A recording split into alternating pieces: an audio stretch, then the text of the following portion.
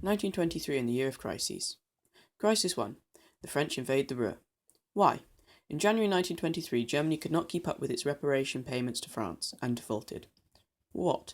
The French decided to teach Germany a lesson by invading its most important industrial area, the Ruhr. The Ruhr contained over 80% of Germany's steel production.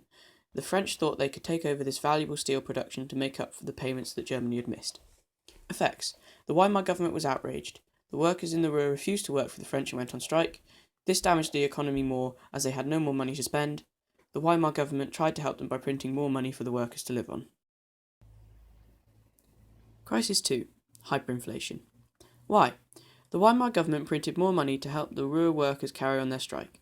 This meant that with more money around, everyone's money lost value. When the money starts losing value, we call it inflation. The government kept printing money, causing hyperinflation. People's money became more and more worthless. In February 1923, you needed 7,000 marks to buy $1. By November 1923, you needed 13,000 million marks to buy $1. Billion mark notes started to be printed and people stopped using money as it was all worthless. Prices went up so fast that workers had to rush to the shops after being paid, as prices would go up by the hour.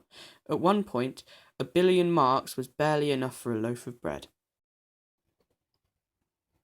Effects of hyperinflation. The rich, largely unaffected if their money was in property or kept overseas. Rich people started to see the government as incompetent. Pensioners. Their pensions and savings became worthless. They could not work and were badly affected. Workers. Had a few savings, so not badly affected. Jobs stayed mostly secure, but they lost faith in the government. Middle class. Savings were made worthless by inflation. Businessmen could not buy goods from abroad as German money was worthless, so started supporting parties like the Nazis. Hatred of Jews. Some Jewish families kept their money in foreign banks, so they were often unaffected. This led to a hatred of Jews that people like Hitler seized on. Unrest. People blamed the Weimar government for these problems. People like Hitler saw a chance to overthrow it, and he launched the Munich Putsch in November as a result.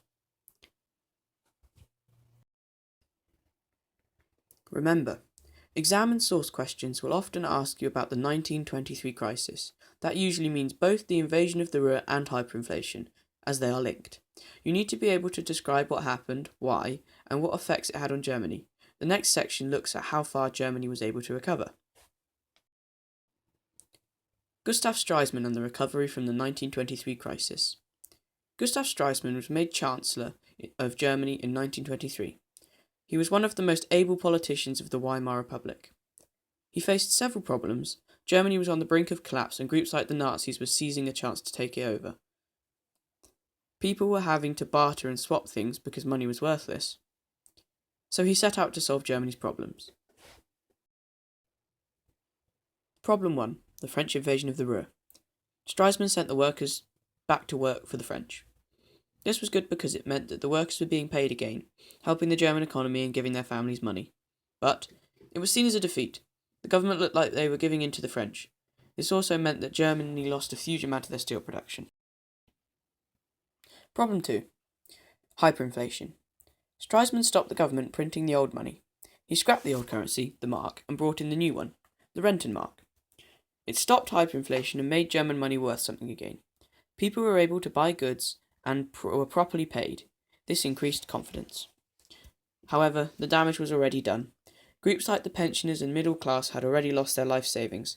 Germans had gone through a year of misery and blamed the government for it. The new currency was better, however it was never fully stable. Problem 3. Destroyed German economy. Stresemann took out a huge loan from the US called the Dawes Plan. It gave Germany an injection of cash to help its people and invest in its industry. The hope was that the money would help Germany get back on its feet. Germany started to recover, and production massively improved. However, unemployment always remained a problem.